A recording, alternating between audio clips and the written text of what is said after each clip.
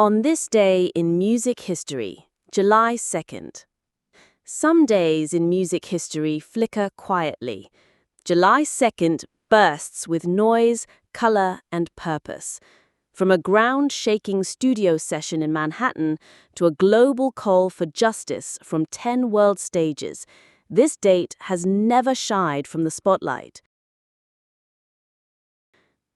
Elvis records Hound Dog. On July 2nd, 1956, Elvis Presley stepped into RCA Studios in New York and recorded both Hound Dog and Don't Be Cruel. What emerged from that session wasn't just two chart-bound hits, it was a sonic blueprint for rebellion. This wasn't polite rock and roll, it snarled, it swung, and it swaggered into households that didn't know what hit them.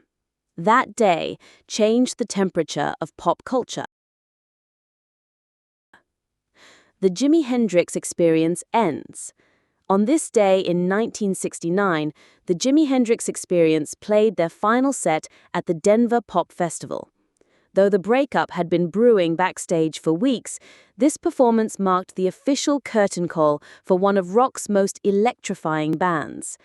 Hendrix would pivot into Band of Gypsys later that year, but something essential, psychedelic, improvisational, and fiercely volatile, ended under the Denver sky.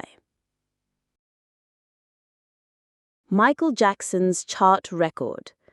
On this day in 1988, Michael Jackson's Dirty Diana hit #1 on the Billboard Hot 100, making Bad the first album to generate 5 US chart toppers. It wasn't just a statistic, it was the culmination of a flawless run engineered by a visionary obsessed with every note, beat, and camera angle. From I Just Can't Stop Loving You to this single, Bad redefined what an album campaign could be. John Lennon Airport renamed.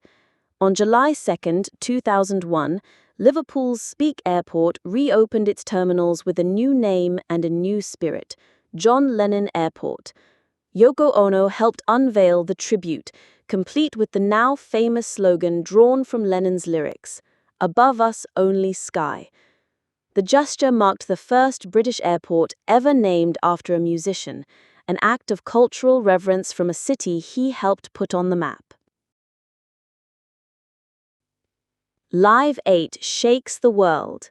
On July 2, 2005, the music world rallied once again, not for nostalgia, but for justice. Live 8 burst across stages in London, Paris, Philadelphia, Johannesburg, and more, demanding that G8 leaders address extreme poverty.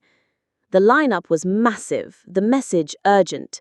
Unlike its predecessor Live Aid, this wasn't about fundraising, it was a call to action amplified by bass lines and broadcast signals.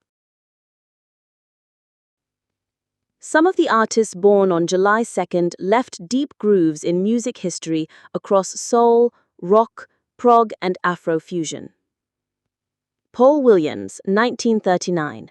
Soulful baritone and founding member of The Temptations. Roy Bittan, 1949. Bruce Springsteen's piano powerhouse known as the Professor. Dee Palmer, 1937. Orchestral arranger behind Jethro Tull's progressive soundscapes. Burna Boy, 1991. Nigerian Afrofusion visionary with a global pulse. Whether it's the beat of a Presley track, the flash of a Hendrix solo, or a global anthem ringing out from a Live 8 stage, July 2 reminds us just how much power music holds to start fires, end eras, and even change the world. Let the echoes play on.